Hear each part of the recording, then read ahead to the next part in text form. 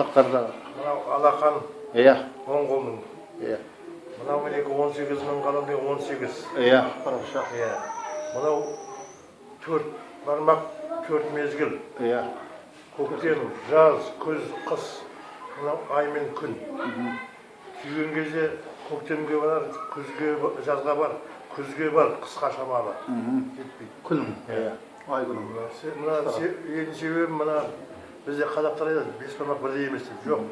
Бес бармақ не үшін бірдей емес? Міне мартта күнмен теңесе ма?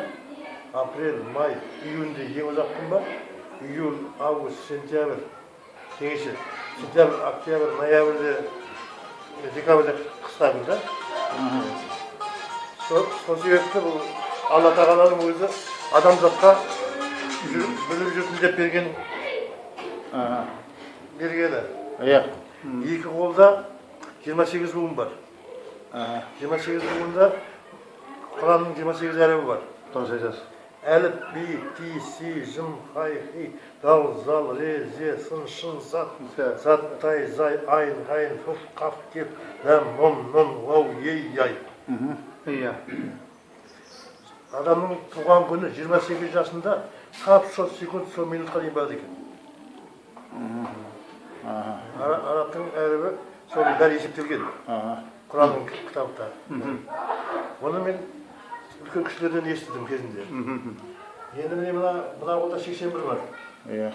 81-ді 18-ден қоссаң 99 таспиқ шығады. Иә. Алла тағаланың есімі. 81-ден 18-ді алып тастасаң 63. Мұхаммед пайғамбардың 63 қайтқан жасы. Қайтқан жасы шығады. А мына 81-ді көп күн адамдар әлі күнге айта алмай жүр, білмеймін. Бірақ үлкен кісі айтып еді. Нұх пайғамбардың кемесіндегі адамның саны деп.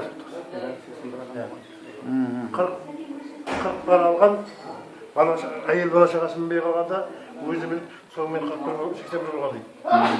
Бірақ енді мұның қасында болған жоқ, білмеймін, айтуы үлкен кісілердің. Дегенмен мына біліп отқандарыңыз жақсы ғой. Дұрыс. Өте орынды айтылған екен, дұрыс. Анық-қанығын бір Алла біледі, дұрыс қой енді. Бірақ енді айтуы солай. Мына көп айтады, мынау барлық қолда бар дейді. Барлық қолда 18 мынау. Иә. Барлық қолда 81. Міне. Мына біздің қазіргі оқып жүрген цифрымыз арабтың цифры. Тек қазақ жөндеген. Сау. Мен онша